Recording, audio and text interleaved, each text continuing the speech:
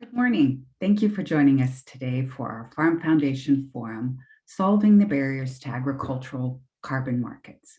We're so glad to have the opportunity to engage with you today and are thankful to Farm Credit for their support of this forum. My name is Sherry Rogie-Fiddler, and I'm the President and CEO of Farm Foundation, located just outside of Chicago, Illinois. Carbon and carbon markets are a major area of interest for Farm Foundation. Not only does it directly pertain to our focus on conservation and sustainability, but carbon markets are also present a revenue opportunity for farmers. In fact, last year around this time, we held a forum on carbon markets through the lens of the scientific and technical barriers present at that time. I'll say a little bit more about where to find that recording at the end of today's presentation. In contrast, today's conversation will approach carbon markets primarily from an economic and legal perspective. Before we get into today's program, I'm going to take just a few moments to share a bit more about Farm Foundation. We are a 501c3 nonprofit working at the intersection of agriculture and society to address challenges that affect the entire food and ag value chain.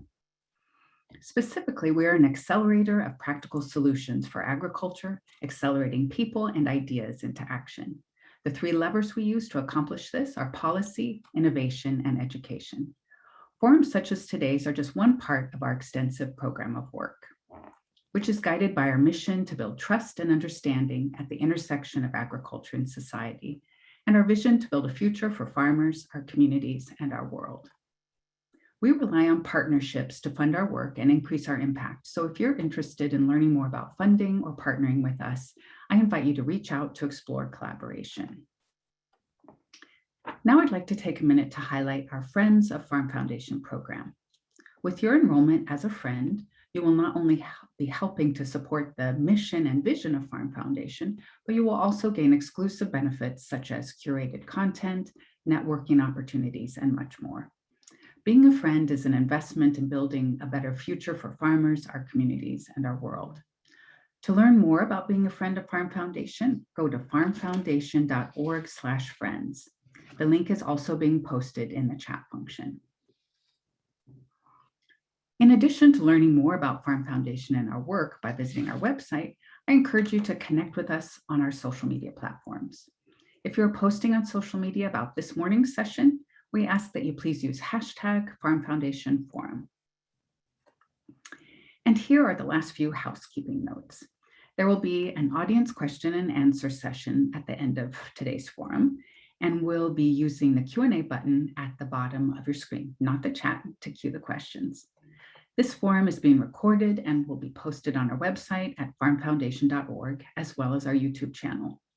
We'll send out that link following today's program. When the forum concludes, you will receive a link to a short survey, and Farm Foundation appreciates your feedback and your time in completing the survey. Now let's turn to today's forum topic. We have an outstanding panel of experts who will give an objective look into carbon markets, specifically what pitfalls persist, what opportunities are available for farmers, and where both the science and market trends are currently headed. It is my pleasure to introduce our moderator and discussion leader for today, Dr. Garth Boyd, who is a partner at the Context Network, an agricultural consulting agency. His work focuses primarily on the meat, milk, and egg sectors and environmental and sustainability issues across the food chain. He has held many positions over the years, including roles in business development for the global agricultural sector at the Persino Group and Camco International. Earlier in his career, he dealt directly with environmental technology, R&D, and land management, but I'll let him tell you more if he'd like to. Also, just to note, Garth is one of our wonderful roundtable fellows here at Farm Foundation, and we're so delighted to have him here to moderate for us today. So Garth, over to you. Thank you. Good morning, everybody. And Sherry, I'm not sure saying holding many position may be a nice way of saying I can't hold a job, but I'm sure having fun, I can tell you that. You know, I've been attending the School of Agricultural Hard Knocks now for about 25 years, and it's been quite a journey. I never imagined in my wildest dreams, though, the explosion of agricultural carbon programs and markets. And like you'll hear later today, they're not really markets, but more like programs that we're seeing. Microsoft has committed to reducing not only their current greenhouse gas emissions, but all the emissions that they have estimated that have come about as a result of their company since its founding back in the 1970s in Bill Gates' garage. They're the biggest voluntary carbon buyer in the world.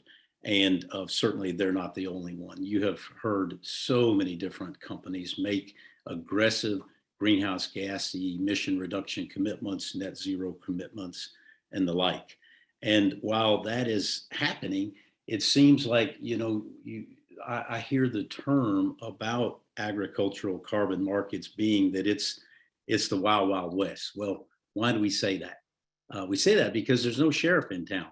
There's no federal, state, county, or township oversight over these programs. Everybody can make up their own rules, and it's sort of buyer beware. But in today's panel, we have some PRCA level cowgirls and cowboy to tell you about what's happening in the market or what's happening out there with these carbon programs, and what are some of the barriers. That's really what we hope to explore today. There's a lot going on, but there's barriers to uptake. There was a study done last year by Purdue University that did a survey with well over 1,000 farmers, and I think it showed that there were something like well over half of the farmers were aware of carbon programs that are being offered to them, yet the uptake is 1%. 1% of farmers have chosen to sign a contract and get involved with one of the many.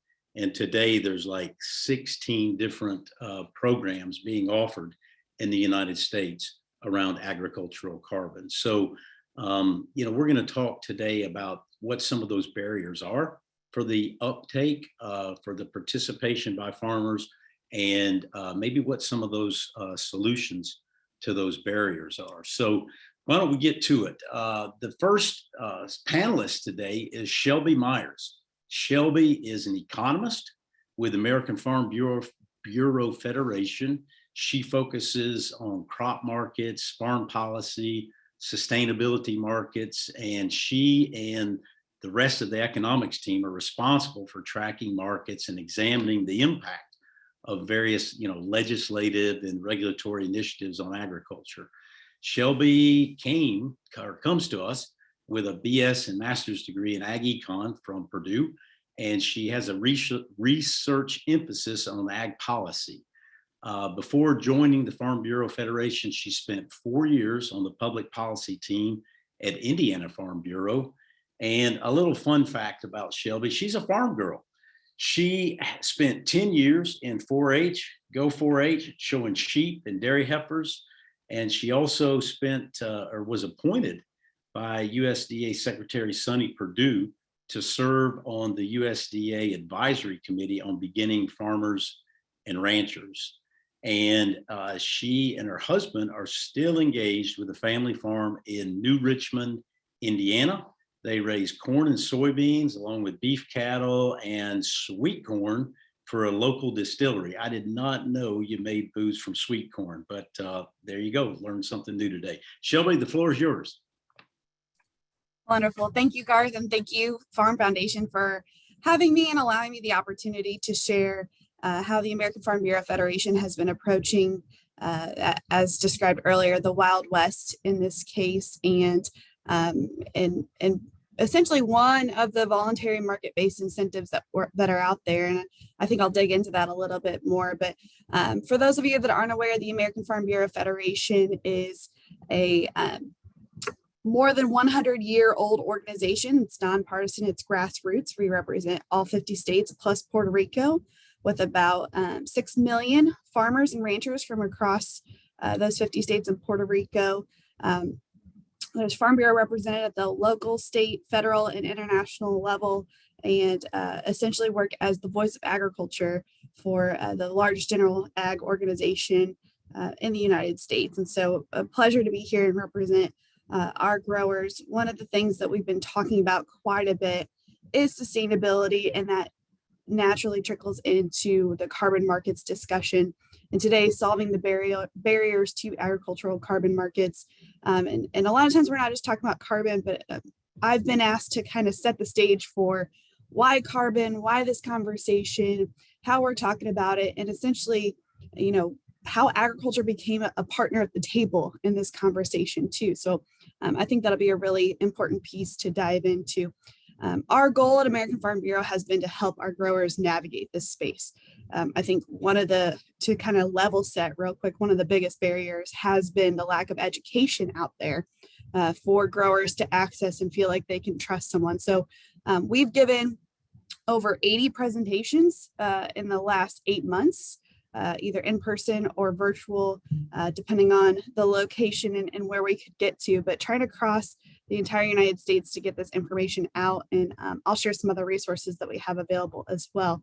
But we'll jump into the next slide here and talk about why agriculture is a partner in this conversation, and how agriculture continues to play a role in sustainability. And part of it is the pure efficiency and productivity gains that we've had over the last several decades, and that for every nominal input that we have, you can see that that's stayed relatively flat over this time period. We've increased in agriculture our output using technology and innovation to generate more than we intake. So for every one input, we output about 2.75 times more than that. And so those efficiency gains really help set the stage for how agriculture uses less resources and is able to produce more. And that's food, feed, fiber, and renewable fuels to set the stage. The next slide, when you compare US greenhouse gas emissions by economic sector, this is previewing Environmental Protection Agency data.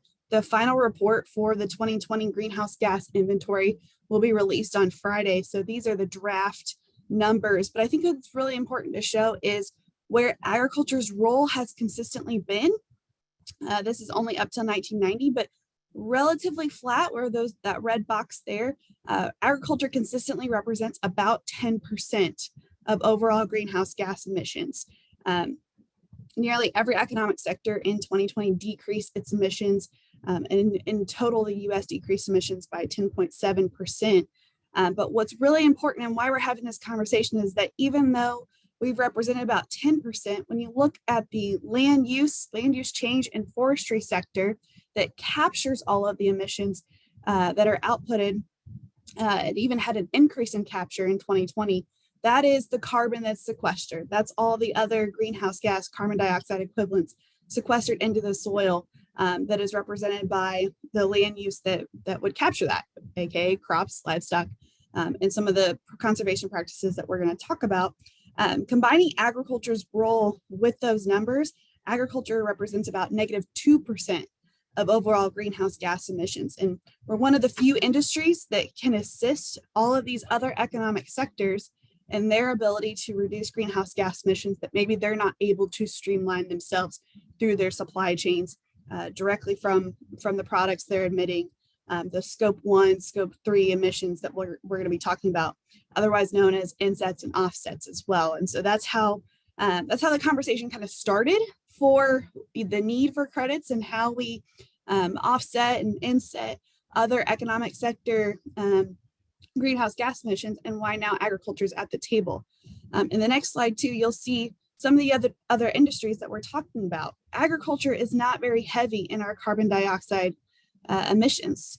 And when you break out our emissions by what we have, we can use different practices to even mitigate our emissions and contribute to sustained sequestration in other industries.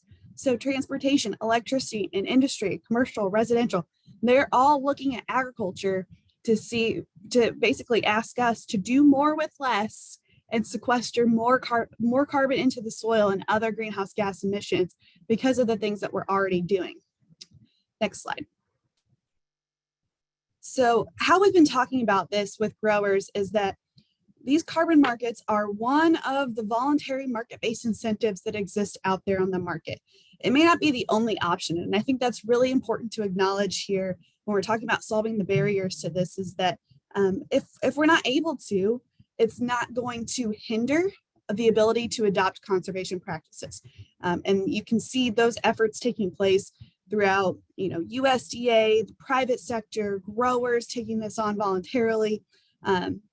This is a way to try to incentivize new practices so that we can continue to sequester more carbon and other greenhouse gas emissions.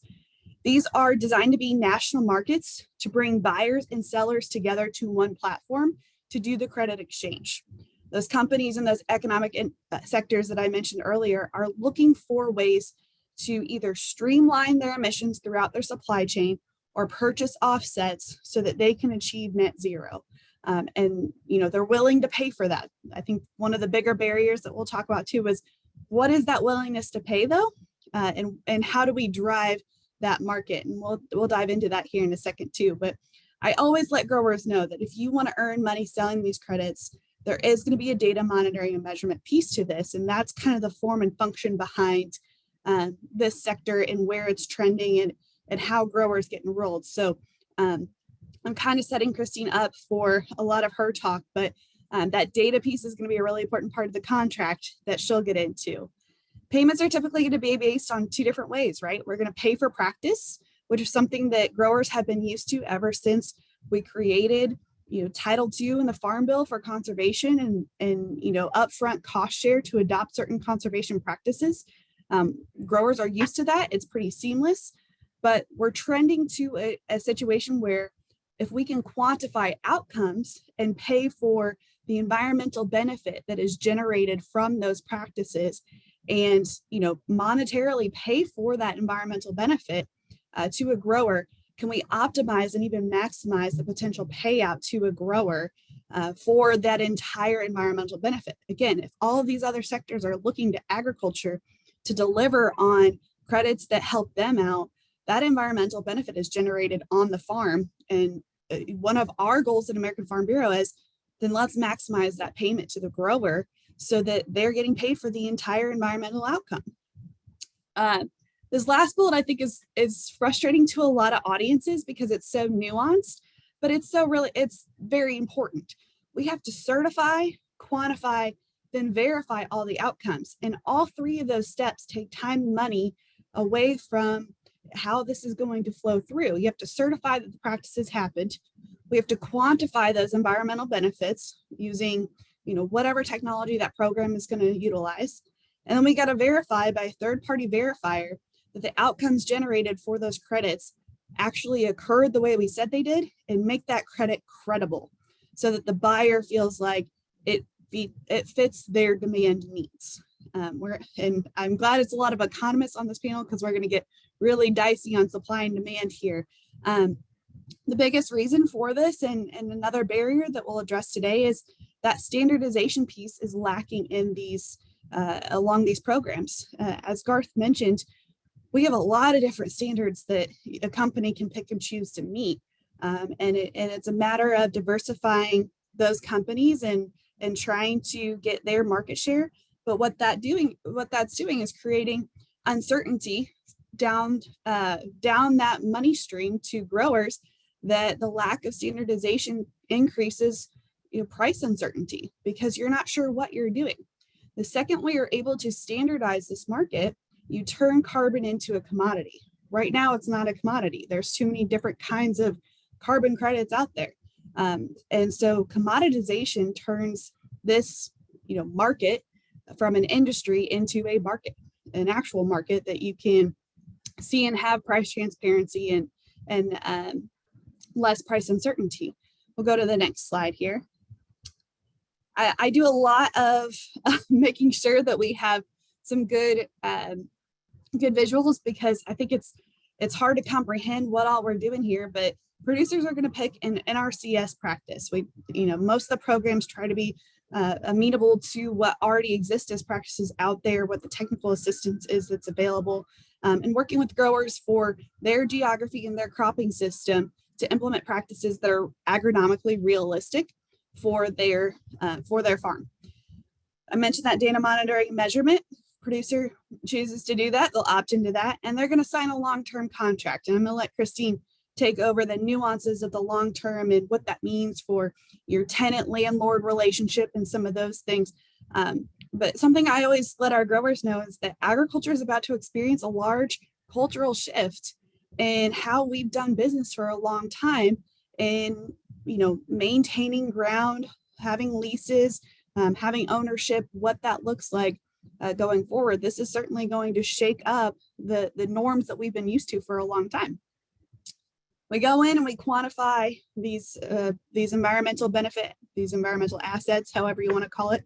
Many of these programs are not just focused on carbon, though. Like I said, the demand buyers are asking for carbon because that's their largest share of greenhouse gas emissions is carbon dioxide going into the air. So they're looking for credits that are going to suck it out of the air and put it into the soil.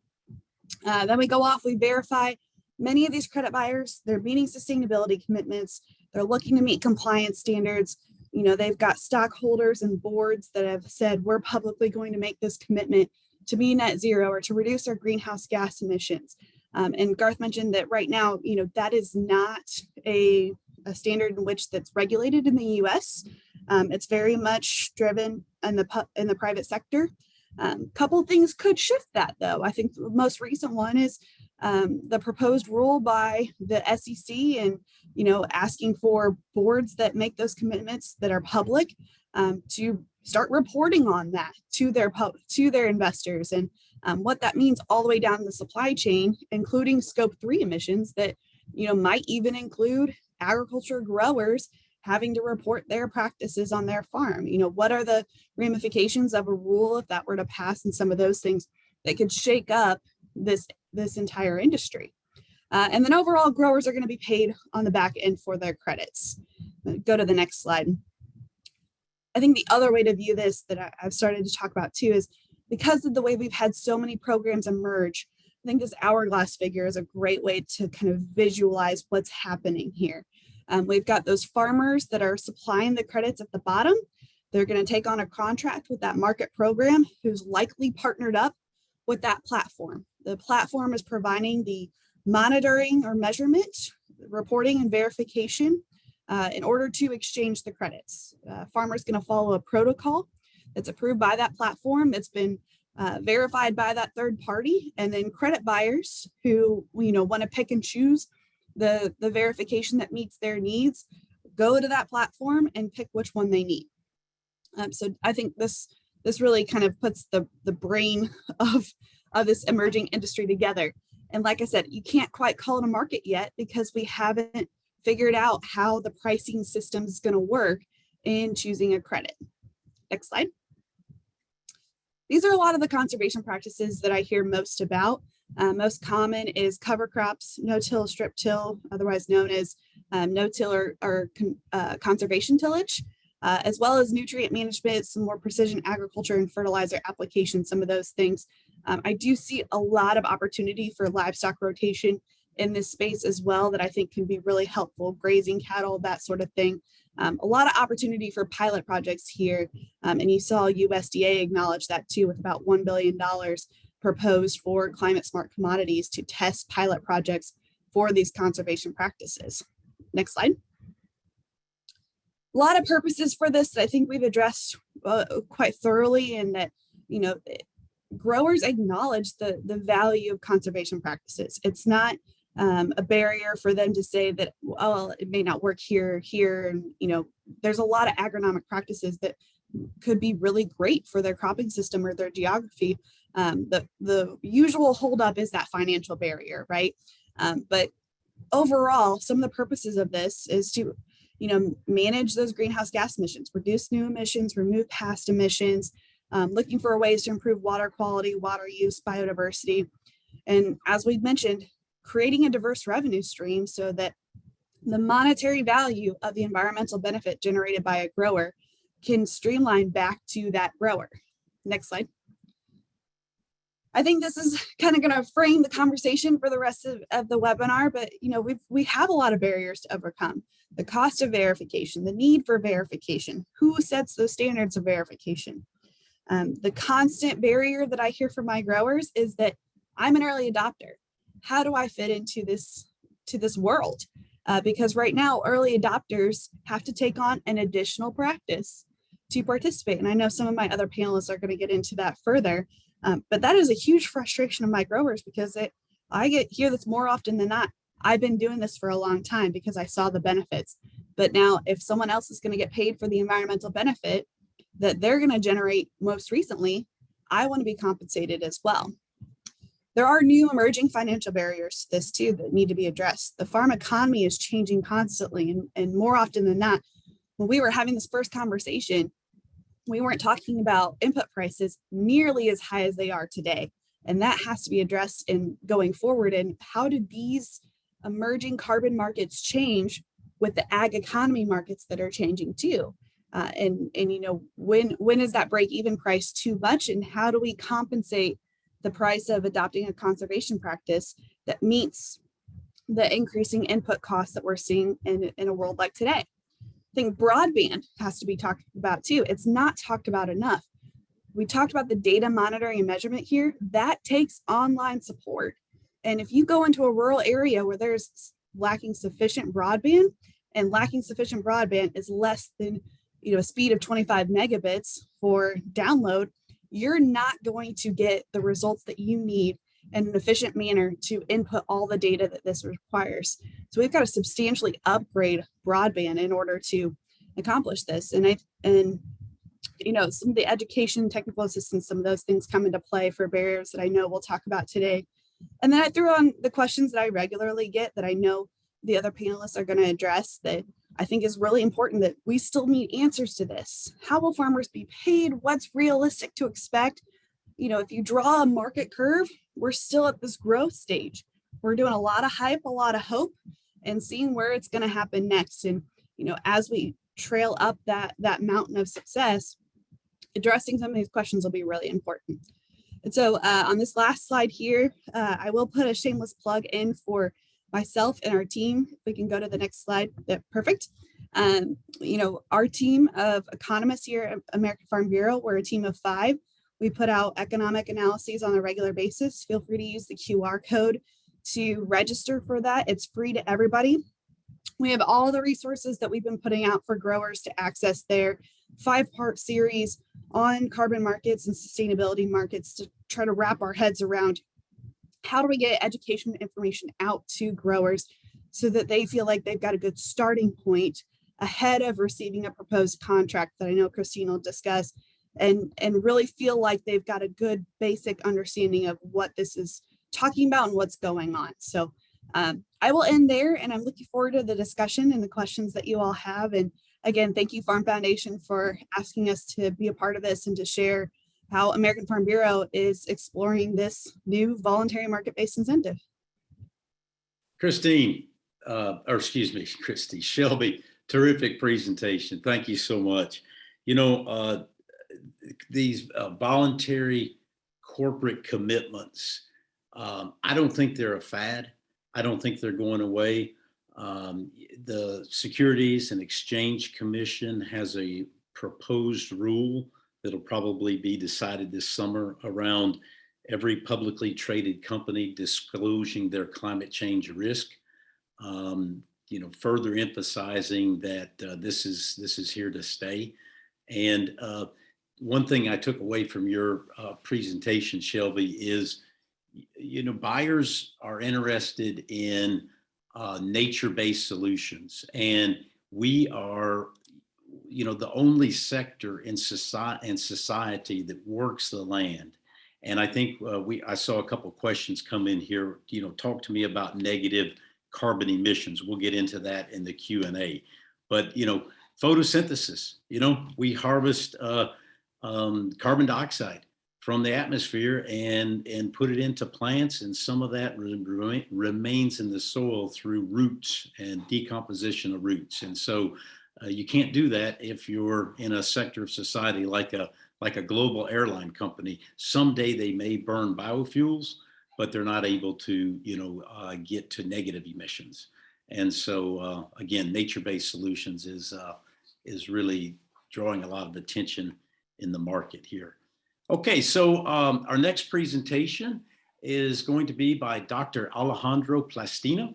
He is an economics associate professor and an extension economist at Iowa State University in the Department of Economics. He's also Farm Foundation's very first Ag Econ Fellow. His area of specialization is ag production and technology, with an emphasis on farm business and financial management. I just read one of his recent publications, which I would encourage you to read. I think I can put it in the Q&A chat, but it's just out last month, March of 2022, and talking about carbon markets. And some of his presentation will cover that. He also has an upcoming Farm Foundation issue paper on carbon markets that will be published not long after this forum. So you'll have to keep an eye out for that. Alejandro comes to us from Argentina. He came to the US in 2005, lucky us, and received a master's and Ph.D. from the University of Nebraska, and is involved in every aspect of academia at Iowa State: research, teaching, extension, service. And I said, well, Alejandro, what do you do for fun? He said, well, I like to play volleyball with my 11-year-old daughter. Sounds like he's a busy guy, though. Alejandro, the floor is yours. Thank you. Thank you very much, Garth. Good morning, everyone. I want to thank the Farm Foundation for allowing me to make this presentation. And this is what I'll be talking about today is part of the output that was created as a result of the Agricultural Economics Fellowship that I received last year. And I also want to mention that Iowa State University Extension and Outreach has given about 36 presentations, webinars, and so on, not only in the state of Iowa, but in other neighboring states on carbon markets. And of course, it's a very hot topic. Please, next slide. As Shelby mentioned, we don't have currently a market for agricultural carbon. We do have an industry that is based on this trade of carbon credits. So I think it's good to revise what we mean by carbon credit before getting into the challenges faced by the agricultural industry, the agricultural carbon industry. So a carbon credit is a tradable asset. Think of a certificate or a permit that gives the buyer to the right to offset the emission of greenhouse gases into the atmosphere. And carbon credits are created when entities reduce their carbon emissions, so remove carbon from the atmosphere compared to a set baseline. Typically, each credit represents 1 metric ton of carbon dioxide or an equivalent amount of another greenhouse gas emissions removed or avoided by changing practices. And all these different greenhouse gases are transferred into carbon equivalent units based on their global warming potential. The next slide, we emphasize that the buyers of those credits, carbon credits, seek a number of characteristics when they do the purchase. So additionality, permanence, realness, and leakage avoidance are some of the characteristics that credit buyers are looking for. Additionality is basically they don't want to pay for changing agricultural practices that have already occurred. Permanence means that they are looking for long-term removal or avoidance of greenhouse gas emissions. Realness refers to having actual and quantifiable amounts of greenhouse emission removal and avoidance. And leakage avoidance is having the industry that produces the credit taking steps towards preventing increases in greenhouse gas emissions outside of the project area in response to decreases in production within the project area. So a typical challenge when buyers are looking into buying carbon credits is assessing the quality of a carbon credit. That cannot really be ascertained by consumers even after consumption or using the carbon credit to offset their own emissions. This is what we call in economics a credence good. So next slide, please. So the way the quality is certified to verify claims on carbon credits is basically through a measuring, reporting, and verification system, the MRV. Now, having robust MRV systems is key to convincing buyers that the implemented changes in agricultural practices actually removed carbon from the atmosphere or avoided carbon emissions. And also a robust MRV system is a necessary condition for the development of a strong agricultural carbon market. In the next slide, I share that the lack of consistent uniform guidelines across MRV systems can result in high search costs for credit buyers. And these three charts show the way three different carbon programs generate and sell carbon credits in agriculture. And one way to address this particular challenge is to standardize the guidelines across MRV systems, and that would reduce the search cost for credit buyers. Another challenge is that a low degree of independence between verifiers and carbon programs could undermine buyers' trust in certification. And I must stop here and mention that I'm not seeing the full slide, so I'm missing like 2 lines in each slide. Is that something that we can address? I'm seeing the whole slide here, Alejandro. Okay, as long as you're seeing it, that's fine. Great. Yep, Right. rock and roll. Thank you, Garth, for confirmation. You bet. So I saw the MRV, a question about MRV, that's measuring, reporting, and verification system. So if we have a low degree of independence between verifiers and carbon programs, that could undermine buyers' trust in certification. However, independent verification is costly and might be cost prohibitive for small scale projects. So aggregation of carbon projects before submission for verification can reduce this problem or this challenge, along with increased competition among independent verifiers.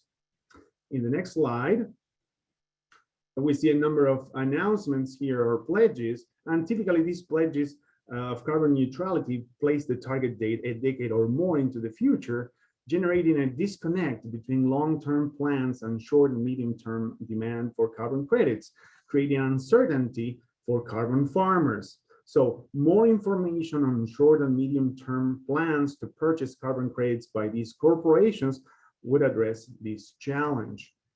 Next slide, please. Changing farming practices is costly to farmers, and probably this audience doesn't require to be reminded about that, right? But that's the reality, and that's a major reason why we have not seen higher rates of adoption of conservation practices such as cover crops or no-till, like shown in the map, over the past decade or so. So fair compensation to farmers will address this challenge, but we need to understand the costs and the potential prices that need to be paid in order for farmers to enroll in these programs. In the next slide, I mentioned that with the current technology, there's a big deal of uncertainty in the projected volume of carbon credits that can be produced by a farmer. These can generate substantial differences between the projected and the actual volume of credits for which farmers are compensated, depending on weather, timeliness of the practices, weed pressure at the point in time, and so on. So improving modeling capabilities and reducing uncertainties in estimation is critical to develop a market for agricultural carbon. Another science gap in the next slide is related to measuring not the projected, but the actual volume of carbon removed or avoided in a farm, because that's difficult and costly. On the one hand, we have soil tests that can produce more accurate measurements, that remote sensing in some cases, but they are cost prohibitive at large scale. That's why we use sampling. techniques. On the other hand, remote sensing technologies could produce very uncertain estimates of actual changes in greenhouse gas emissions at the farm level. Additionally, there is a lack of scientific consensus on linkages between soil dynamics, agricultural practices, and greenhouse gas dynamics at farm level. So more research is needed to find the appropriate mix of technologies to measure the actual removal or avoidance rates at different project scales, be it at the farm, the region, and so on. The third science gap in the next slide is related to the fact that right now it is simply impossible to compare carbon credits generated by one change in practices in one farm across carbon programs. And the reason is that different carbon programs use different carbon models to estimate changes in carbon and greenhouse gas emissions. So in order to address this challenge, the industry needs to generate research-based guidelines on how to compare the potential to generate carbon credits across programs. So basically, develop conversion factors across these carbon models to understand what's going on across different carbon programs. In the next slide, we see the evolution of carbon prices in the European market. These prices are take place under a mandatory carbon program. So those are not directly related to the prices that we see or expect in the US for voluntary agricultural carbon credits. But it's interesting to see the evolution of those prices and what happened after Russia's invasion of Ukraine with the carbon prices and how with any forming industry, price volatility can be very high and it can deter some potential participants from entering the market.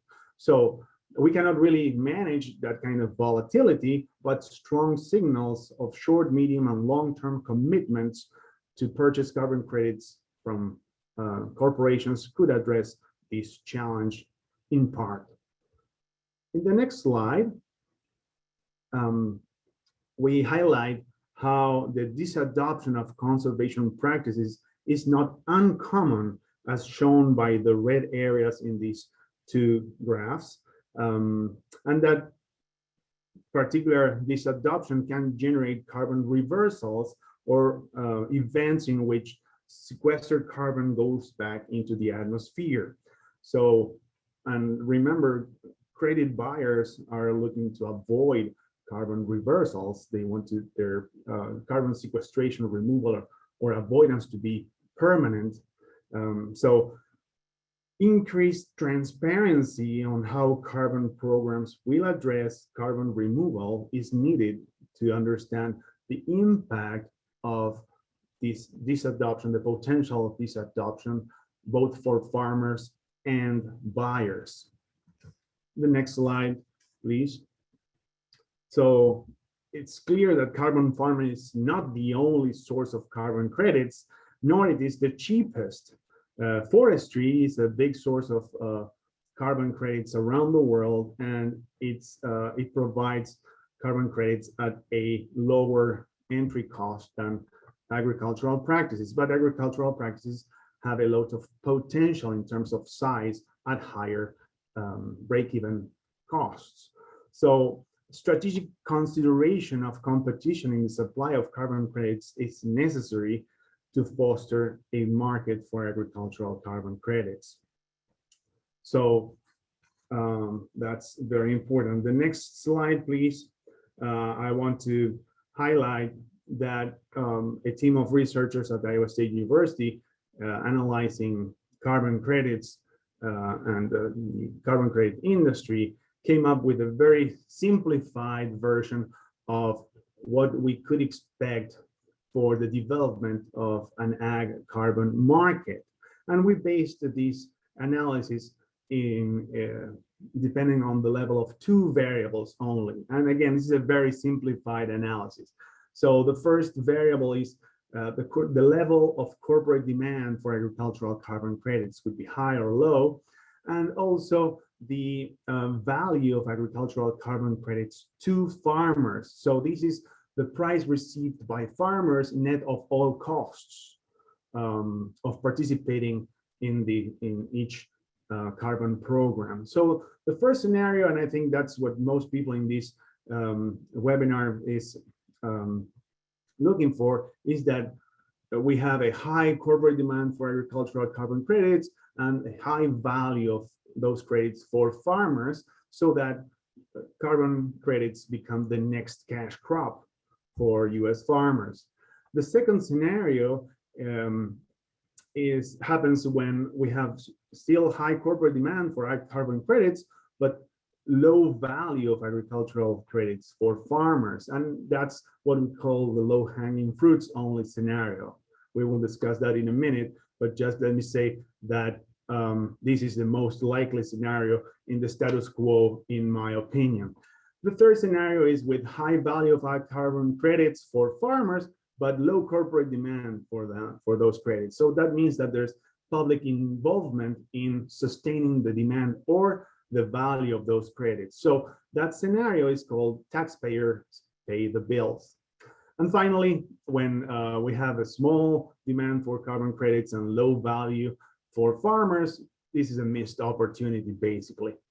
So I will skip the next two slides describing each scenario, and just want to reinforce that we want to get to scenario one, and most likely we are approaching scenario two under the status quo if nothing changes. So how to move from scenario two to scenario one? Well, I mentioned how to address each of the challenges separately as I presented them in my slides, and I will summarize what I think are ways to foster a strong agricultural carbon market moving forward. And that relies in addressing science gaps 1 through 3 to reduce the uncertainty in the production of agricultural carbon credits, increase the transparency of the system, and improve the credibility of agricultural carbon credits against other carbon credits from forestry, from industrial sequestration of carbon, and so on. Develop and enforce minimum standards for carbon credits, and let the market define premiums and discounts with respect to the standard. And we can use as a guiding example what happened with organic markets back in the year 2000, before and after certification, that having a standardized definition for organic products really made a difference for that market. And finally, we need to develop tools to manage production, price, and legal aspects for participating farmers and other players in the system. So first of all, and this will be addressed by Kristine in her presentation, we need to develop suggested language to include in contractual agreements to protect the balance of powers between carbon programs, farmers, and credit buyers. Do we need to think about generating insurance policies for carbon production, similar to crop insurance or mixed with crop insurance? That's one possibility. Can we think about establishing a minimum payment for program participation just to enhance participation overall, plus performance-based premium to enhance efforts to achieve carbon sequestration goals? And then we need to define whether the industry will allow stacking payments from carbon programs. Right now, all of them are private, with USDA and RCS programs, or maybe future farm bill payments. That's not clear, and different carbon programs use different approaches to answer this question. And finally, can subsidized soil tests through EQIP or other programs absorb the cost of developing these carbon markets and also helping the ag community learn about carbon sequestration and enhance, for example, crop insurance policies. So that, along with what will happen with the non-additional practices, because right now practices, let's say cover crops or no-till, if those practices have already been implemented, then they are not eligible for most of these carbon programs. But eventually, after the end of the first term of a contractual agreement with these carbon programs, practices that are currently additional will not be additional at that point in time. And I think the market needs a clear definition of how those practices will be treated by that point in time. And that could help also gather support from farmers that are currently doing conservation practices that could generate carbon sequestration or greenhouse gas removals. So with that, I posted a number of questions for which I don't have the real answer, but I want to highlight the effort that Iowa State University has put to develop this report on carbon science for carbon markets, emerging opportunities in Iowa, that although it's kind of specific to Iowa in its application analysis, the overall general analysis of carbon markets and the science behind the carbon markets is applicable to the entire United States. So I invite you to check it out in the extension store at Iowa State University.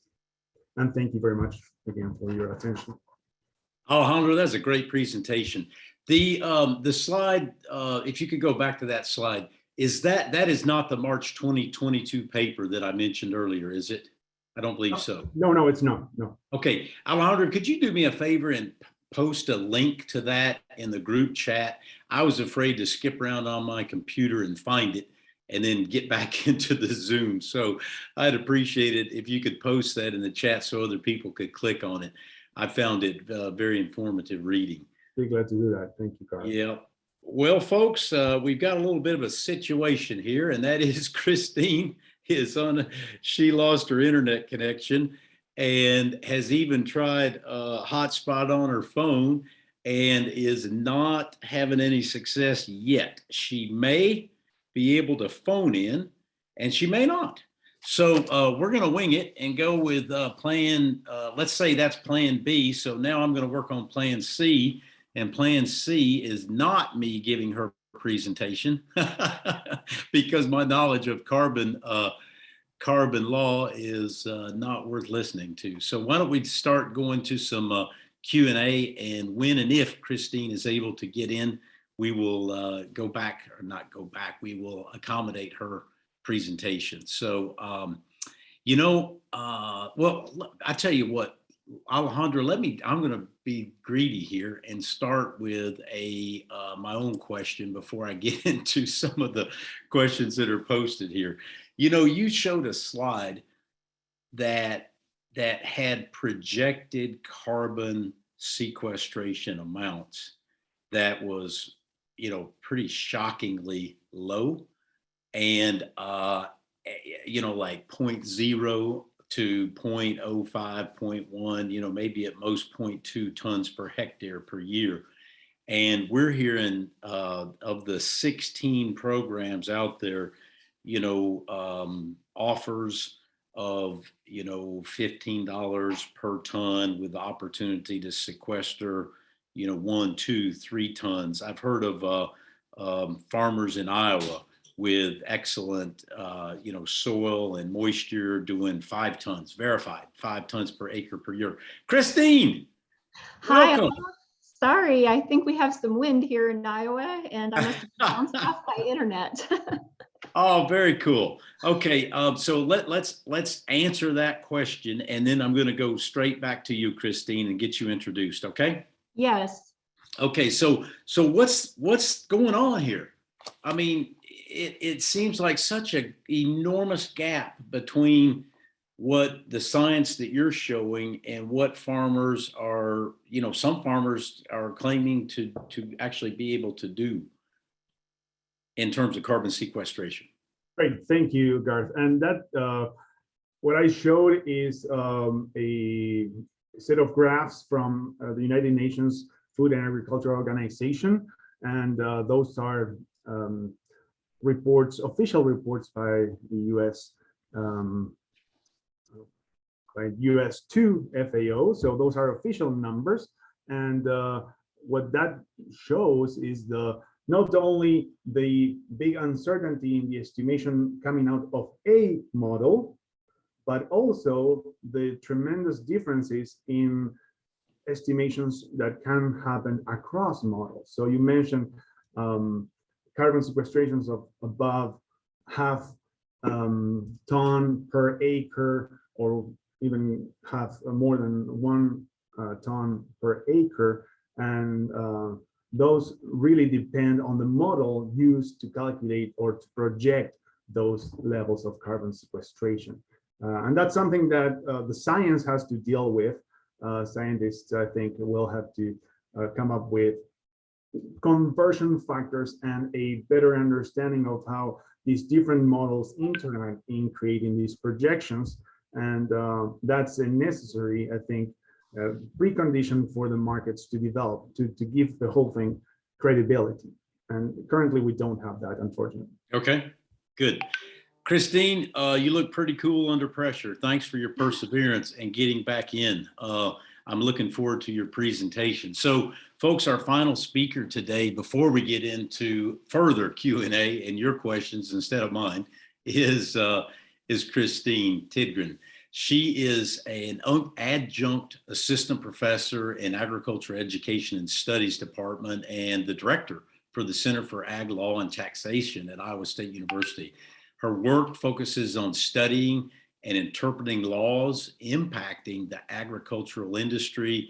And in particular, she's an expert in agricultural taxation.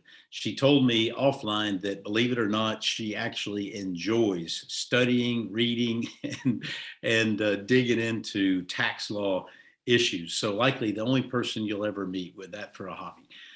Kristine, take it away, and thanks for your perseverance to get back on.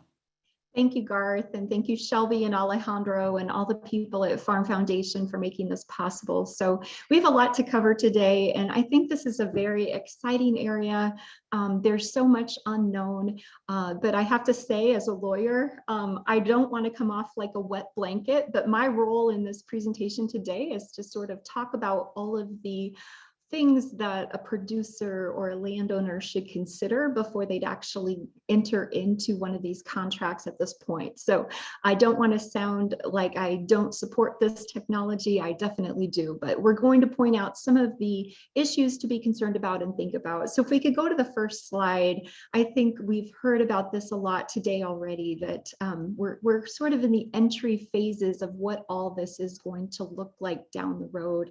And so one of the concerns that has been addressed and sort of looking at it backwards as far as how can early adapters get rewarded, how can early adapters participate, but also part of it is signing a contract today, how can early adopters not miss out on potential opportunities down the road? Because some of the things that we're agreeing to, if we sign up for one of these programs at this time, one of the things that I do want to urge any landowners or producers to consider is just maybe potential missed opportunity costs down the road.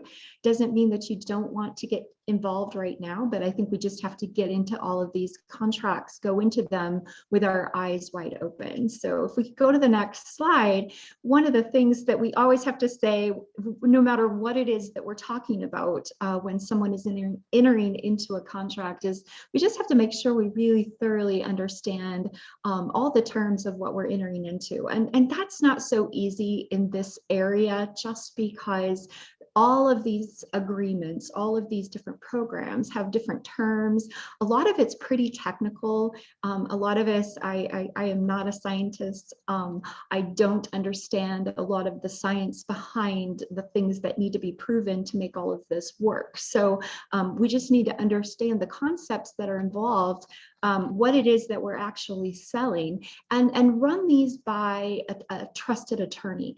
I would advise anybody to consult legal counsel. When I say that the contracts are written by the attorneys for the aggregators or the brokers or the sponsoring organizations, I'm in no way casting them as bad actors or anything like that. But any contract, of course, is going to be written in terms to favor whoever's writing it. And so as producers, we just need to make sure that we're consulting trusted legal counsel to make sure that we understand what we're entering into, because all of these arrangements are just a little bit different. And so if we go to the next slide, that's one of the things that I'll just point out, is that one of the unique things about these agreements that I've seen so far, or just the ways the programs work, is we're very used to thinking about land use in terms of property rights. If I agree to allow you, for example, to do something on my property, I'm probably either giving you an easement or I am giving you a lease. So if we go to the next slide, right, these agreements are typically not going into the property, the real property arena. Instead, they're creating contractual rights. It seems to be all, for the most part, handled through contracts. And in many cases, of course, we're creating a new personal property asset. Those programs that are actually generating a hopefully marketable credit are creating a personal property right. And so it's important to sort of look at that in terms of what that means. For the most part, we're not seeing lease arrangements, we're not seeing easements, we're not seeing what you might think of as a restrictive covenant or a deed restriction that would say, you know, you can only do this on your land moving forward. So that means there's also no real recording process or notice mechanism right now to ensure that land isn't double booked. And so it kind of flows both ways when people who are wishing to purchase these rights are looking at what the guarantees are down the road, but also just what is the value of the credits, and what does that mean for someone who's wishing to sell them or enter into one of these contracts. So if we go to the next slide, we have to just make sure that we understand which program we're entering into, what our obligations are, what we're promising, how long we're going to be bound by the terms of this, and how is it what is it that we're giving in exchange for whatever compensation we're promised. So go ahead and go to the next slide. And we'll talk about that a little bit more, because some of these programs are actually just paying producers to implement a practice. And so that's sort of akin to, we're used to our CRP contracts, for example, which are sort of more related to like a rental payment that we get for entering into CRP, for example. But a lot of where we're trying to head down the road, and where a lot of players are sort of working in this space, is actually trying to pay for an outcome, which is wholly different, right? So seeing how much carbon is sequestered, or seeing how many emissions are reduced is very different than just paying you to implement a practice. And so when we sign up for something, we need to understand exactly what it is that we're signing up for. How many years are we bound? What other opportunities are we giving up? And we'll talk about why that is so important and why we keep bringing that up, because when we're talking about the quality of an offset, additionality is going to be a big part of that. And then again, is there a new asset being created? And if so, who owns it? Who's actually buying it? Who's selling it? Again, in the short little window that we have today, we can't get into all of these details, but our goal is to just sort of raise these issues, make sure people do their homework at home, and consult with legal counsel before moving forward. If you could go to the next slide, I want to start talking about some of these key concepts that you've heard a little bit about from Shelby and Alejandro, but in the legal context, in terms of what to look for in your contract, one of the key items that we see is to have a high quality offset, you actually have to be promising the buyer some additionality. And so if we are looking at what a producer is promising or a landowner is promising, they're really, for the most part, going to be required to show additionality, which means it only applies to new programs that you implement. Otherwise, it's not going to be a high quality credit. So we might look backwards at ways that we could incentivize or reward early adopters. But if we're talking about an actual carbon market, it would require additionality. And it also means that when we are selecting programs to participate in, we have to select carefully, because once we've enrolled in a program, then we will likely be ineligible for another program unless there's some sort of portability. Once we've implemented a practice, we no longer have anything new to sell. And so we need to consider that. If we move forward, the next term with a slide, please, the next slide, the next term that comes up in these contracts is, of course, stacking. And so most of these contracts are going to prohibit those who are entering into them from stacking programs or from receiving payments from other programs, including government programs. Now, some allow overlap, but just be very careful when you're reviewing the program and looking to see what you're promising, whether or not you're allowed to also participate, for example, in a CSP or something like that. Some programs advertise, however, that within themselves, there can be some stacking. So there's two kinds of stacking. One is, I'm in this program, that means I can't be in this program too. That's kind of an external stacking. But some programs allow for almost internal stacking, where you could perhaps be paid for the water quality benefits, for example, in addition to your soil sequestration. So you just have to read what it is that you're doing, what you're participating in. If you could go to the next slide, there's another concept that we have to consider, a couple of them, and Alejandro referenced these, but permanence and leakage. And these are two concepts that are really important if we are looking at the buyers of these credits and what they're looking for. So high quality credits and offsets are going to require assurance that whatever you sequestered is permanent. If I paid you for something, then it can't just be something that's going to go away. It has to be valid, it has to be permanent, it has to be real. Well, this could perhaps put some obligations on the person who is selling the credit, the producer, the landowner, that they may not be expecting, because in the permanence world, 100 years is sort of the standard. I need to sequester this for 100 years. What is your contract going to require of you to sort of make these guarantees that would allow the offset to be of the quality that's needed to be able to be marketed? Also, leakage. Another requirement that makes a credit or an offset of sufficient quality is that it's not requiring you elsewhere. Like you may implement this practice, but does that mean that you're reducing your production over here, but over here in this other part of your operation, you're increasing it to sort of make up for what you've done over here? That would be considered leakage. And so some of these programs may require some sort of monitoring of your overall operation to ensure that there is no leakage. And so we have to be careful or be aware of that possibility being monitored as well. If we could go to the next slide, then we just have to understand what specific practices are required for the duration of the contract. How will this impact our production? Is the money that we're receiving going to offset the cost of the implementation? And we all are interested in implementing conservation for the good of the conservation as well, but we have to understand whether getting involved in a program is going to be beneficial or whether we would be better off to look for other opportunities. What future opportunities might be foreclosed, right? Because of the stacking, the additionality.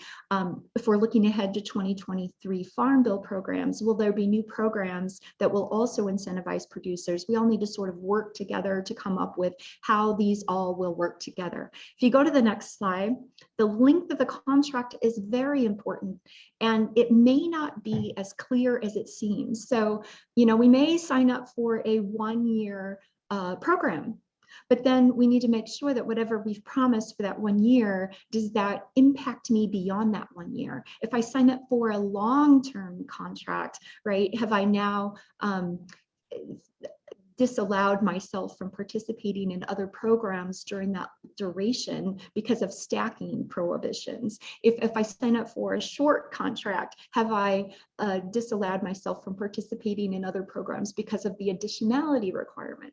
Also, beyond the term of the contract, is there going to be additional data reporting required once the actual term of the practices concludes to ensure permanence? So if you could go to the next slide, these are just some of the things that we have to think about. Of course, payments are always important. We want to get paid or we wouldn't sign up. So we need to understand what we're being paid for, like we said. Are we being paid for the practice that we're implementing, or is there a credit being produced that has to be of sufficient quality that we won't get paid until it's actually sold? And then how is this payment going to be made? Some of these programs actually will pay in tokens. Currency, are we getting currency? Is it cryptocurrency? Will we receive several payments? All kinds of things. Do we have to pay for the verification? Is that expense out of our pocket? What's the ultimate payment that's going to be made? If we go to the next slide, the verification, again, is something that is huge in these contracts to understand how it's going to work. And this is where we're hoping that we will have some standards down the road that will assist with this. But right now, we really do need to look to see who's required to verify, what standards are required to be met. You know, are we looking with the verification to see the amount of carbon actually sequestered? What protocol is being used? How's the measurement taken? Some of these programs will actually allow for some satellite imagery, that type of thing. So along the way too, we also have to consider our privacy and all of that as well. If we go to the next slide, that comes to the discussion that Shelby mentioned a couple times, and it is really important with these contracts to look at data ownership and disclosure. So data is really the lifeblood of the carbon contract, because without it, we have nothing to sell. Without it, we have nothing to show for ourselves. So we really have to review the contract provisions about creating, storing, owning the data. How is my privacy being protected? How much effort am I going to have to devote to the data creation? Or are others going to be coming onto my property and creating the data? Both cases, privacy is a really important part of that as well. We need to look at penalties, right? What are my penalties if somehow I'm not able to sequester the amount of carbon that I've promised, or if I'm not able to implement the practices because of impossibility, because of weather? You know, none of this is proven in terms of an exact amount of quantifiable carbon. So what if my end result as verified doesn't meet what the contract required? Will I have to pay liquidated damages? Could they exceed what my promised payment in the beginning was even supposed to be? All of these are things I need to think about. Next slide, please. What is my remedy if I paid? Things too that we have to look at in any contract. The right to modify.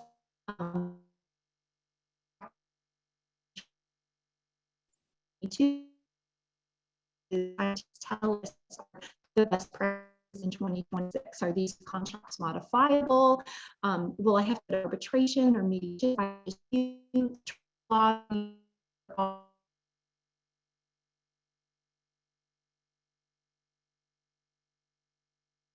Martha, I'm not getting anything from Kristine. Nope, we lost her. Buggers. I guess the wind's kicked up in Iowa. I was wondering if that was on my end or on Kristine's end, but I'm guessing it's on Kristine's end. Martha, why? Garth, do you want me to continue? Just flip through her last two slides so we can show. Yeah, sounds good. All right, so here's one of them here. Consider impacts to third parties. I'll give you a minute to read those.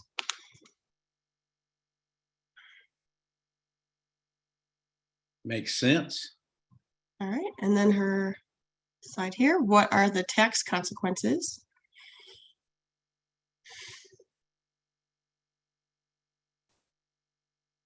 another very logical point.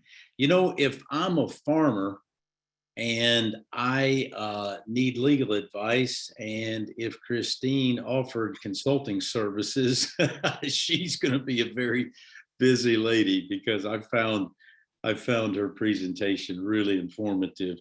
And, you know, given the complexity of any contract, basically, but also agricultural carbon contracts, yes, seek legal advice for those farmers on the line before entering into a contract is a good takeaway from that. If my fellow panelists would turn on your cameras, I'd like to get into the Q&A now, and just we've got a lot of questions. And if we get further questions, if I could ask you to post them in the Q&A function. I'm not going to be checking the chat, but post them in the Q&A, and it'd really be nice to know who you are and what organization you're with to ask the question. So Shelby, let me start with you. You said in your presentation that something about agriculture was -2 or 3%, as I recall. What do you mean by that? How can that be? Sure thing. It's kind of the simple math of taking agriculture emissions at about 10% of greenhouse gas emissions for all economic sectors, and adding it to the -12% of the land use change category that's sequestering carbon, and -12% plus 10% is -2%. Just kind of the inferences there that we can make. There are some research studies that are going on that if widespread practice adoption were to be done, you know, could that potential further go to -3 or -4%, and, you know, agriculture's ability to sequester more than current capacity right now. And so certainly looking ahead to those options, but a lot of barriers to overcome before we get there. Yeah, I've even heard if, you know, widespread adoption, and what's the definition of widespread? I don't remember, but, you know, like literally reducing US greenhouse gas emissions. I'm not sure if I have the right figure, 6 or 7 billion tons a year, but like reducing it to the tune of 2 to 2.5 billion tons a year through carbon sequestration. So, you know, that's thinking big. We'll see. Another question to you, Shelby. You mentioned about quantifying the results. I assume this means around carbon sequestration. And so the question from David Bracht is, if you know, quantifying it, he mentions on a field by field and year by year basis. Obviously, there's got to be a definition of the boundary for the you know, the contract and the carbon generation or the greenhouse gas emission reductions. If that's so, won't the farmer be assuming all of the variability that can be caused by, you know, the uncontrollables, I suppose, weather, moisture, you know, temperature, the length of growing season, things that are going to affect that carbon sequestration? Sure. I think this is a good question to kind of sum up all three of our presentations today, right? Is that, you know, I think I always lead with my presentations too, that you've got to be okay with, as economists, we answer the question as it depends, we don't know yet, or we have yet to see, or we can't tell you because it's proprietary. I should add that one too. But, you know, for the answer to that question, it's really going to depend. It's going to depend on how the grower enrolls in a program. Did they enroll all of their fields? Did they just enroll a tract of land? Did they just pick one farm and kind of ease into it? Did you go all in? And then what are the parameters of the program that you selected? And what are the, you know, what does the contract say? It's all going to come back to this contractual terms that the grower agreed to and how that's going to interact. And even with quantification of the environmental benefits, you know, Alejandro mentioned we're going to rely on satellite technology, soil sampling, some of those things. You know, even on our family's farm, the joke was, if you didn't like the soil sample in one spot, walk 10 steps north and you'll get a different one. And so you've got to take all that into consideration and then read your contract to see, you know, am I going to be penalized for something? Am I going to have to pay back something? Is it a wash? How does that work with the contract that I've signed so that I'm aware of everything I've committed to. And I think the other ground level thing that maybe we should, help address some of the other questions is this is all very heavily demand driven. And the suppliers are playing catch up, the suppliers being the growers and the demand being all of the kind of buyers. So we're really following, the demand buyers rules in a lot of this when it comes to the questions that are being asked today and the questions that we continue to ask about this emerging industry. Thank you. Alejandro, don't get too comfortable. I'm coming to you, but one more for Shelby here. This is from Maureen Kilkenny. Who is enforcing proper verification practice by third-party certifiers? That sounds to me like she's asking who's verifying the verifiers. I mean, Sure. who's making them adhere to certain standards? Your audience is going to hate me. It really depends. The verification comes from those third-party verifiers. There's probably 3 or 4 that are really leading the way in what companies are looking for in those verification standards. And then those companies get to pick the verifiers that they want and associate the credits that they're purchasing with that verifier. So a verifier is going to, have their set standards according to, their prerogative as a verifier. And then, a demand buyer who's looking for the credits that meet those standards is going to go to that verifier for a credit. And that's essentially how it works is that, I'm a demand buyer. I'm looking for X, Y, and Z. This verifier meets that. And, that's what I'm looking for. So that's the bucket that I pick from.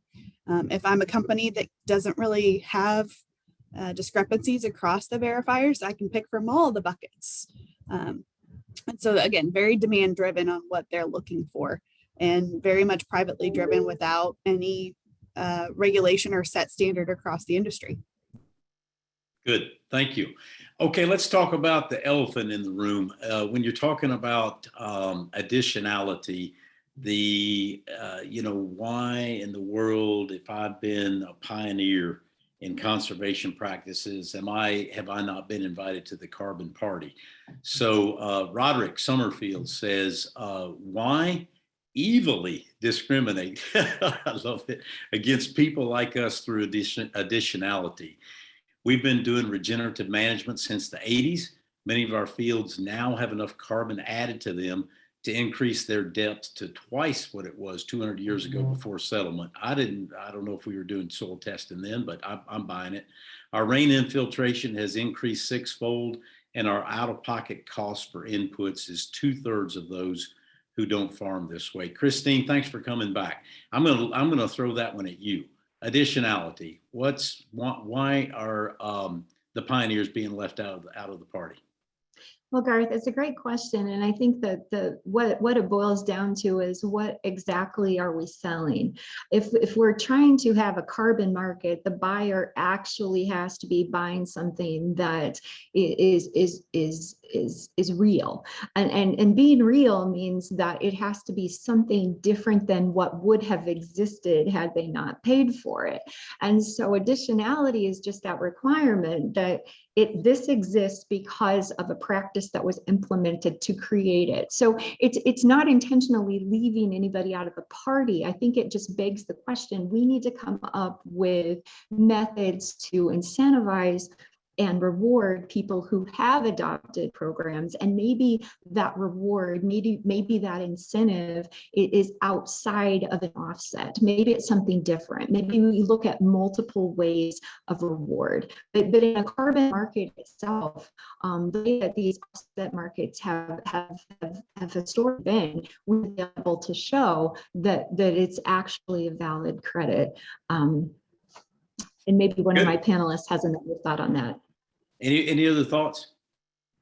Let me just add, Garth, that forestry, for example, has leases to extend to postpone the harvesting of the timber after the contract to generate carbon credits has expired. So something like that could be eventually considered for long-term practices like no-till or continued cover crops. So forest owners put a lease out for bidding to get paid for postponing harvesting timber. And that's a way to deal with non-additional practices that hasn't been explored in the agricultural Okay. environment.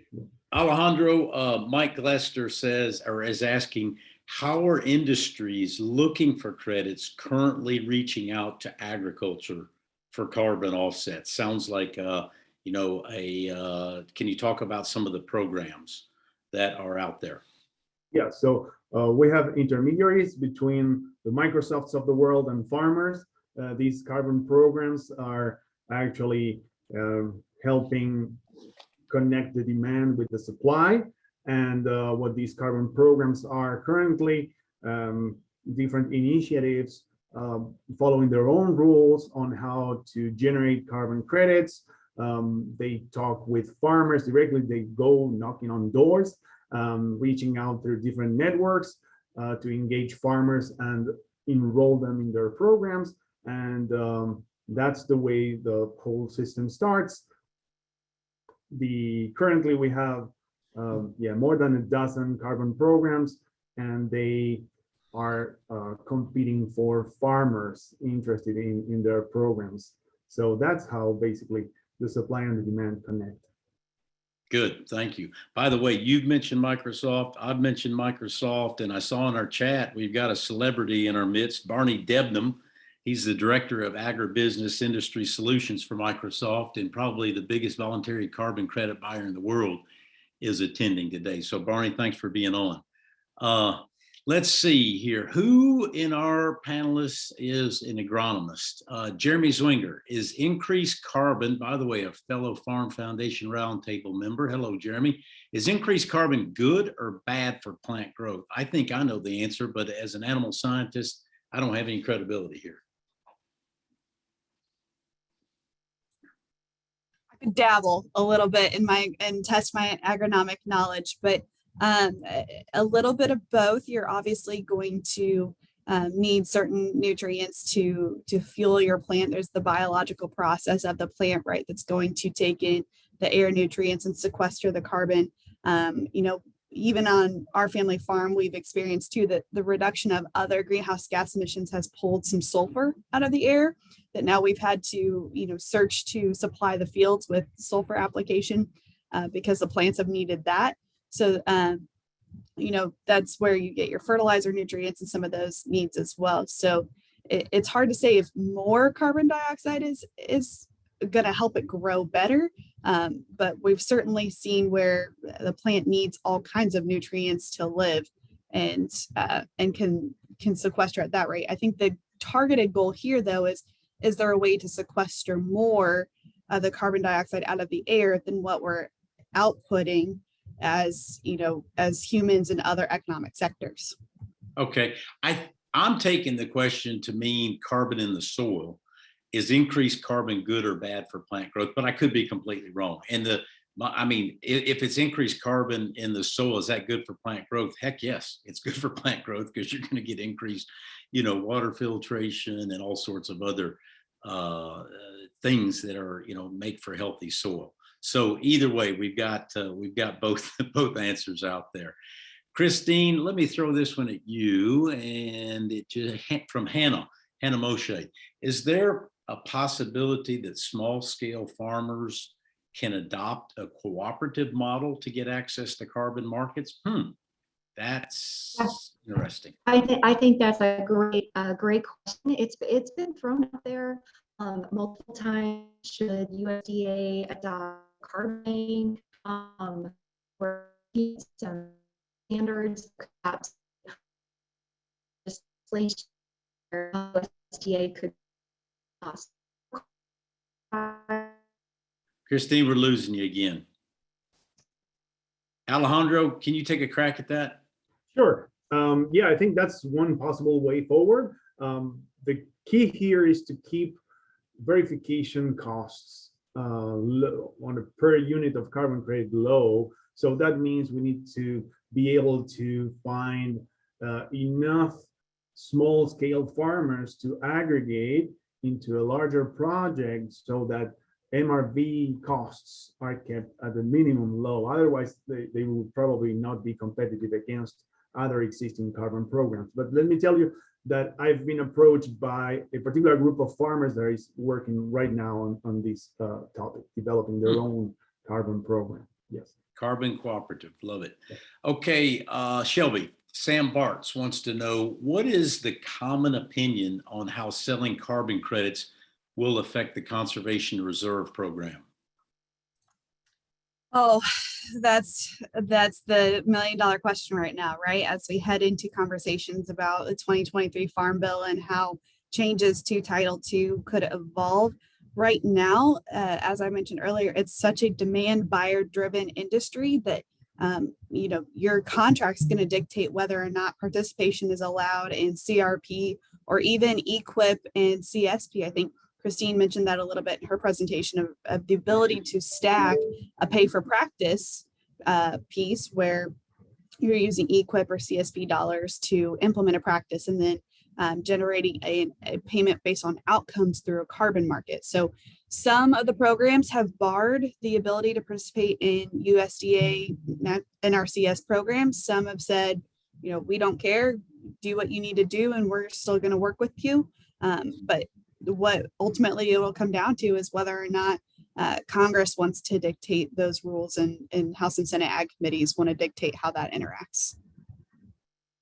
Good, thank you. Okay, I'm going to throw this out to either one of you. From Carol Ellers, what negative consequences would the potential mandatory disclosure of ESG, you know, environmental social governance, you know, by the SEC?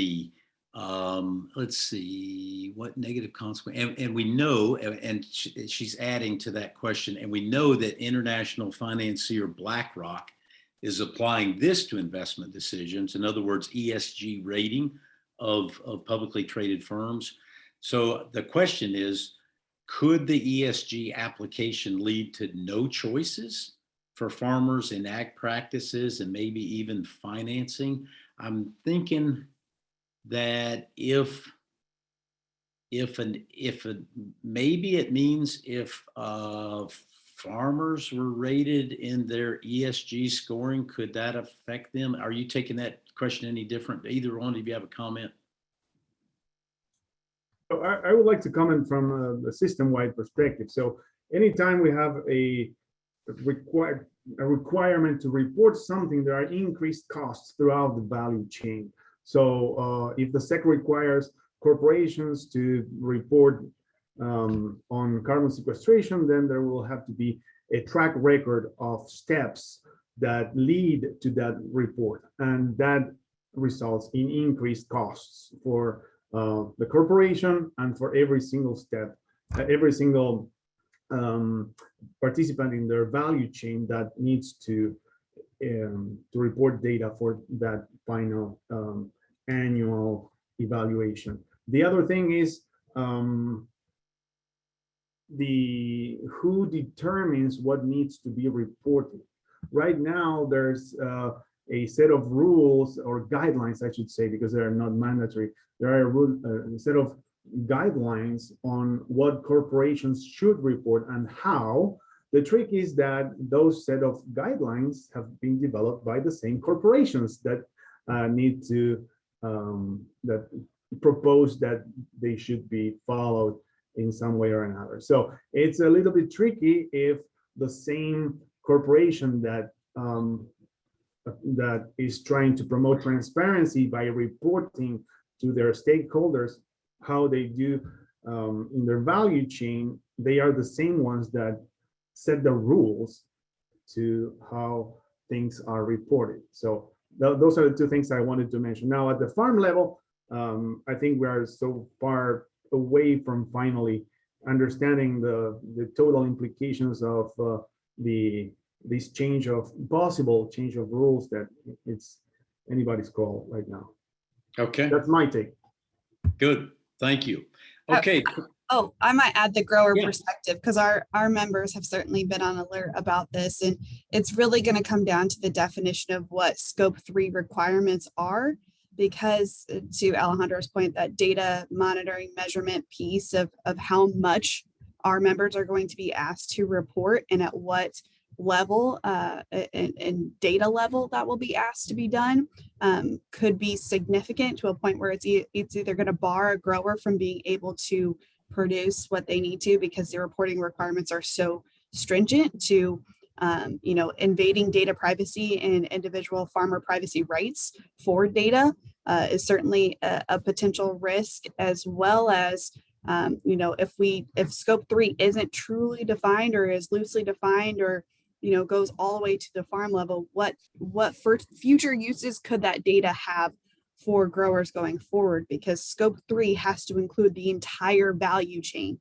And so if you're working with a company that says, I now need to report my scope 3 emissions, and I purchase from you, Farmer Garth, if you're not willing to or able to comply with the requirements that purchaser needs to procure those products, they will more than likely have to leave you and go find someone who is willing to comply. So there is that potential ramification too, that we're searching for suppliers of products and of reporting requirements.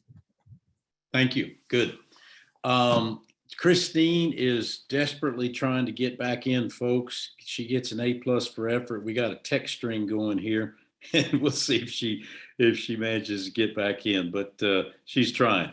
In the meantime, we're going to keep rolling. So this question is from Chad Fromm, former colleague. Hey, here she comes, maybe by phone. Kristine, are you with us? Hello, all. I'm by phone. Can you hear me?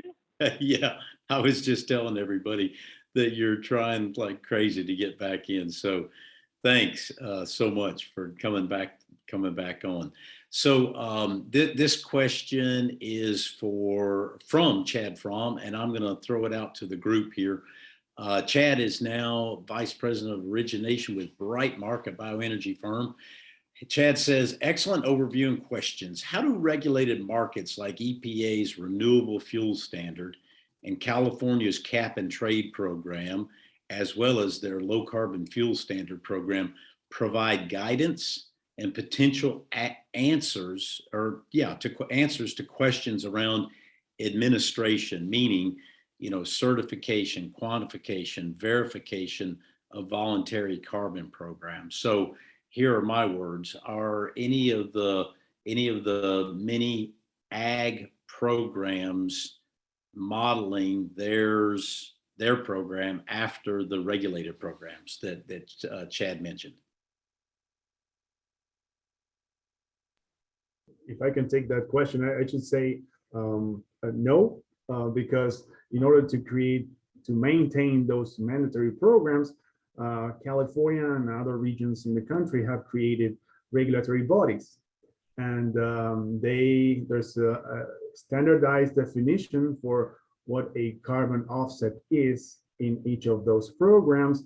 There's an allotment of the number of credits of carbon dioxide equivalents that can be emitted by each participant in the mandatory program on an annual basis, and there's a follow-up on the extent to which each of the participants went above or stayed below that threshold, and those who went above the threshold assigned to them need to buy carbon offsets from other players in the same industry, the power industry mostly, that underuse their allotment or go out and buy offsets in the market for these offsets. Now, mandatory offsets in California and RGGI in the northeastern part of the country are very different in nature than the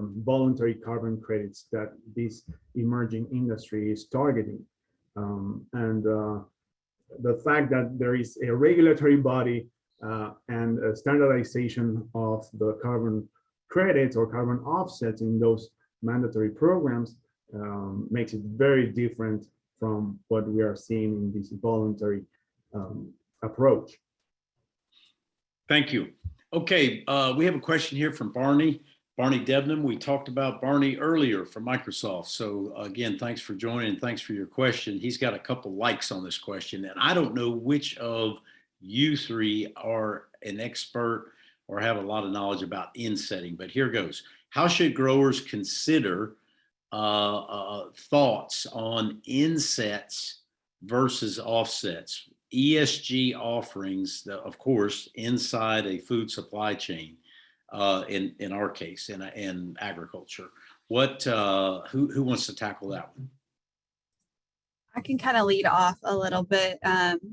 From what I've heard from growers, the inset and the offset conversation is difficult because it's hard. I mean, even the industry itself is struggling to know what an inset and an offset is. And so a lot of times growers approach the conversation of, I'm just looking to get enrolled. I'm looking to explore. I want to know more information that, we haven't even gotten to, is a program preferred to be inset or offset. The other thing that's being held up a lot too is that majority of the scope 3 protocols are still waiting to be approved. So, some of the offset credit definitions are still, anybody's best guess, or we hope that this is what it's going to look like, or, this could be how we quantify and verify scope 3 credits. So from an industry perspective, they're still waiting on to officially define that, however it's going to be. And then from a grower perspective, a lot of times is this right for me? Do I like it? Are the terms good? And if not, what are my other options? Can I get paid to do conservation another way? Okay, Kristine, you have any thoughts about insetting? Have you seen that in I don't. any contracts yet? I have not. Yes. Alejandro, thoughts? Yeah, pretty much. I agree with Shelby. I mean, this is a black box for farmers right now. It's Right. simply they don't know, and the industry is not clear on how these insets differ from the typical offsets or scope 3 versus scope 1 emissions. So right now it's anybody's call. Again, too many things to be defined yet in this industry. Okay, I'm going to lob another question to the panel. This is from Stephanie Leisner. Can this, meaning I think carbon programs, ag carbon programs, apply to all farms, large, medium, small, and for all crops or rangelands or regions of the country? In other words, who's in and who's out when we're talking about this carbon party? We sure hope so. that would be the goal, right? So far, I think the research has been limited. When I talk about with growers, we've taken this amount of farmers and we've narrowed it down to where the research has been kind of focused on Midwest row crops and has left out some other cropping systems. And then you take out early adopters too, and you're targeting a very finite amount of land and producers to fill this. And that's certainly why we at American Farm Bureau have invested a lot of time and effort to say, now that we understand carbon markets and understand, how to get information out there and share it with growers to consider it, what are other voluntary market-based incentives that could stretch further so that we can expand cropping systems, geographies, size of producers, and find a way to basically make those questions go away so that everybody can participate. Any other thoughts? Well, Okay. I would just, Yep. I Go ahead. would just throw out there that one of the reasons why we have such a need for standards is to sort of help the little guy participate, or some of the smaller growers. Until we sort of have more standard protocols, it may be the larger operations that have the resources and the ability to sort of scale these programs in a way that makes sense for them. And so I think standards and a little more consistency in this market would allow smaller growers to feel more comfort participating and allow it to be more cost productive to participate. So I would hope that will happen down the road. Okay, thank you. This next question from Matt Wild at DTN, Progressive Farmer. What are the top 5 things that need to happen so more than 1% of farmers join carbon programs. So Matt's asking about the barriers, and I'm going to go around robin here. Kristine, starting with you, name one thing that is a barrier that we can that needs to be overcome to get wider participation. And I'll just repeat my last statement. We need more standards. Okay, and I'm going to join in because because I can, and higher prices, higher price carbon. Alejandro.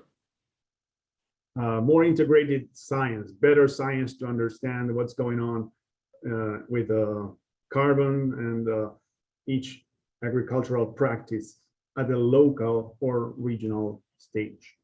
There's 3. Shelby, give me 2 more. Oh, good. I get to do 2 because I have 2 on my mind. Extensive education on, who to trust and what the contracts mean, and more transparency from the contract offerings. And then in Kristine's favor, I'm going to throw out rural broadband upgrades, because none of this is going to work with the amount of intense data needs and precision agriculture tools that are asked to be used in any of that without a significant upgrade to rural broadband. Good. Okay, another question from Dominic Sutton-Vermeulen. Hello, Dom. Dom is with the Soil and Water Outcomes Fund. He is curious to hear the panel's take on the relationship between carbon offsets and insets. Do they represent competition for the same acres, or are they compatible on a long-term horizon to the overall development of the ag carbon market? So is it one or the other? Can you trade both? Kristine, this is sounds like a legal question to start off. Well, it kind of goes back to that, I think, additionality, where in a lot of cases, you're not going to be able to participate in multiple programs even. So I would say, and I don't have a lot of knowledge on the insets, but I think that in a lot of the offset programs, you are not going to be able to establish that you have a marketable offset if you're also participating in another program under which you get paid for the same practice. Someone else on the panel may have more to add to that. Other thoughts? Okay, this is a big issue.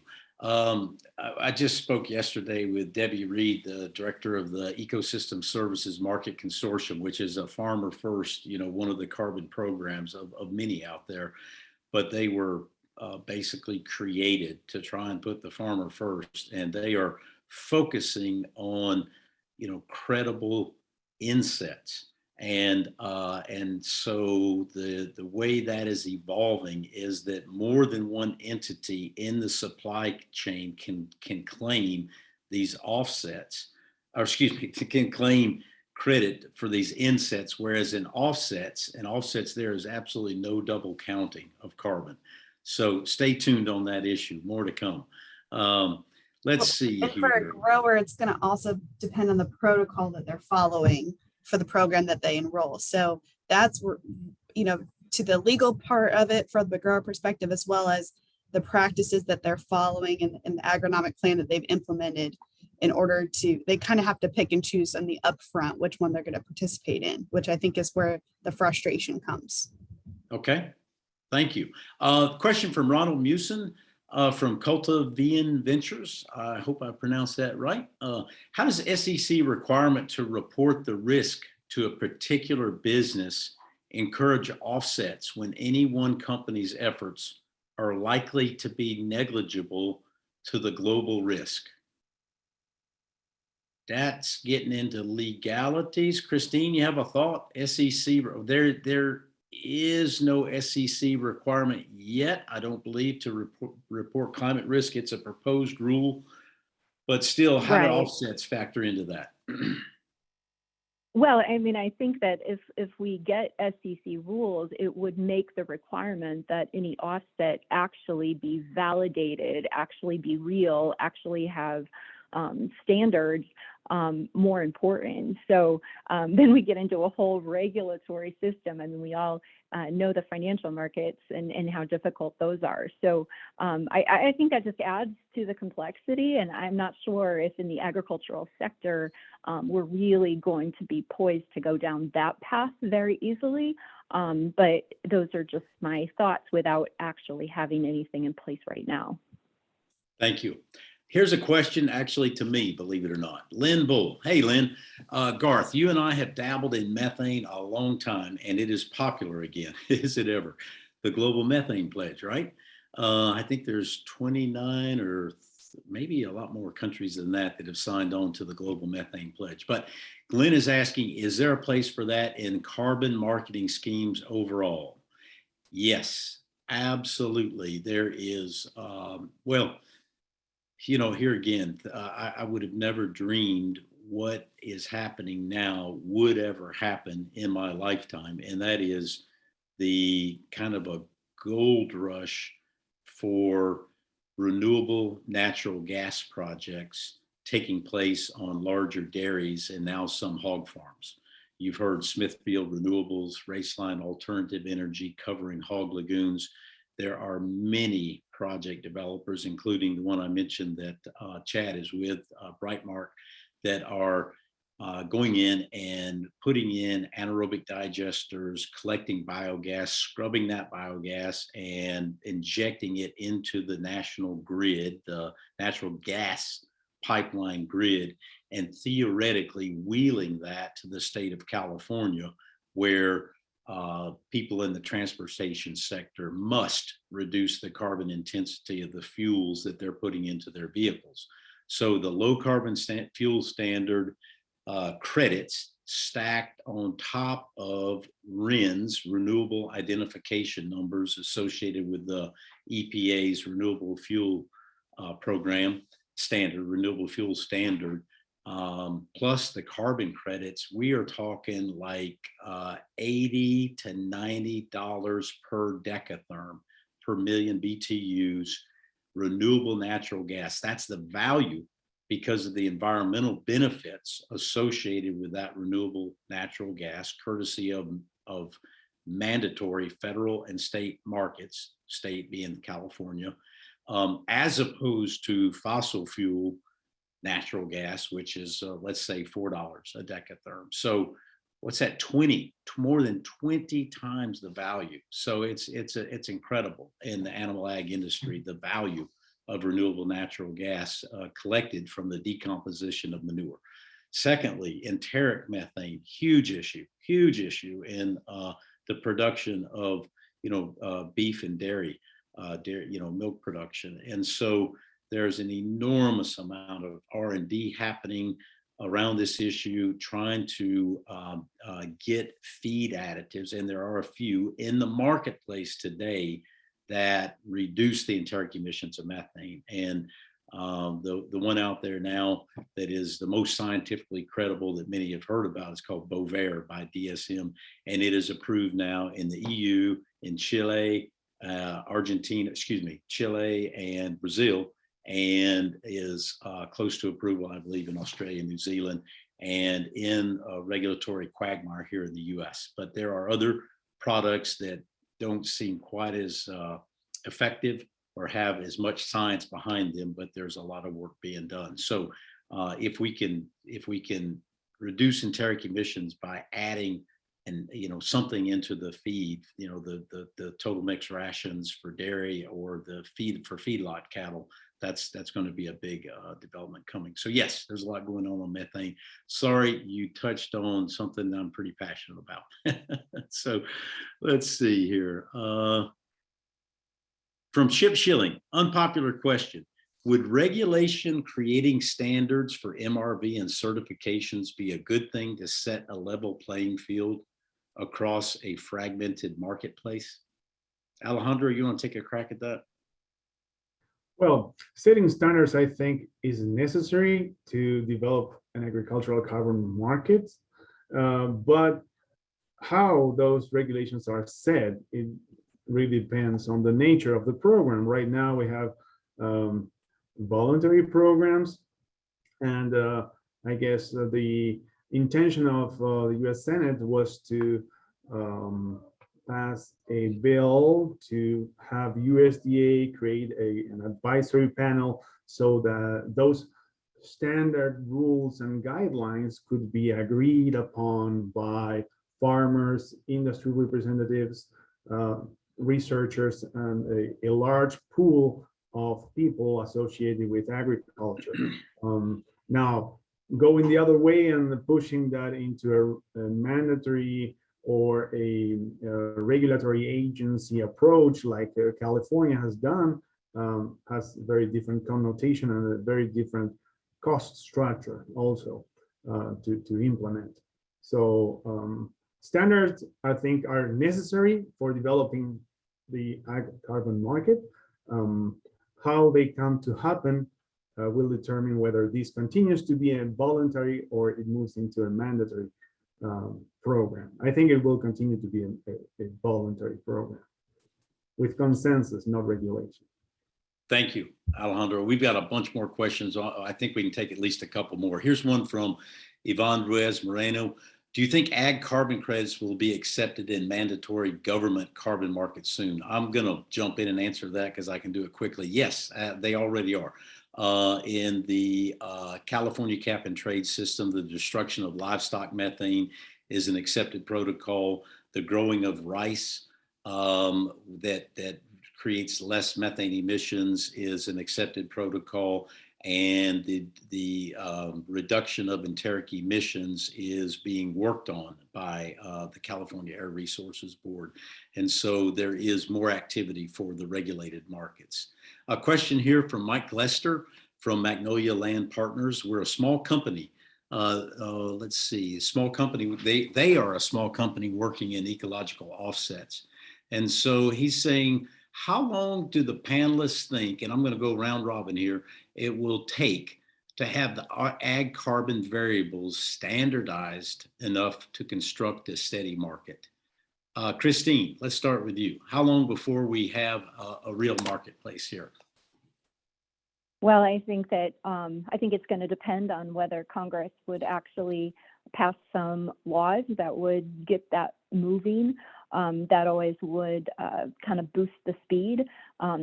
Also the demand for it. If the people are really pushing to have this happen, that would be important as well. Or are other options going to become available that would sort of make this whole push sort of shift in a different direction? So too many variables for me to get a looking glass view, but those are my thoughts on that. Okay, looks like we lost Alejandro. Shelby, I'm going to conclude with you here, please. Do you have any thoughts on that question about how long before we see some regulation in the market? Sure. Alejandro's still here on my screen. Oh, is it? Yeah. Oh, not on mine. Okay, sorry. I'm going to go the exact opposite way Kristine said, and I think it's going to depend on what the demand buyers decide to agree on. There's a lot of work being done to try to get standards aligned across the demand buyers so that they can pick one. There's a lot of work being done to, in an antitrust fashion to try to get the industry to agree on certain standards for that could potentially, help keep it out of a regulatory body, whether that's Congress or another administration type regulatory scheme. It's just a matter of if, like the SEC proposed rule or any other agency that takes it upon themselves, that will someone beat them to it and go from a voluntary way to a mandatory way that doesn't have the general consensus. And I think, Alejandro mentioned the Growing Climate Solutions Act out of the Senate that tried to preempt some of that could certainly play a role as well. Good. Alejandro, somehow you slipped behind my Q&A box. My apologies. 15 seconds. I think a functioning market can be achieved in 3 to 5 years if demand continues to be strong and there's more agreement on how to standardize rules soon.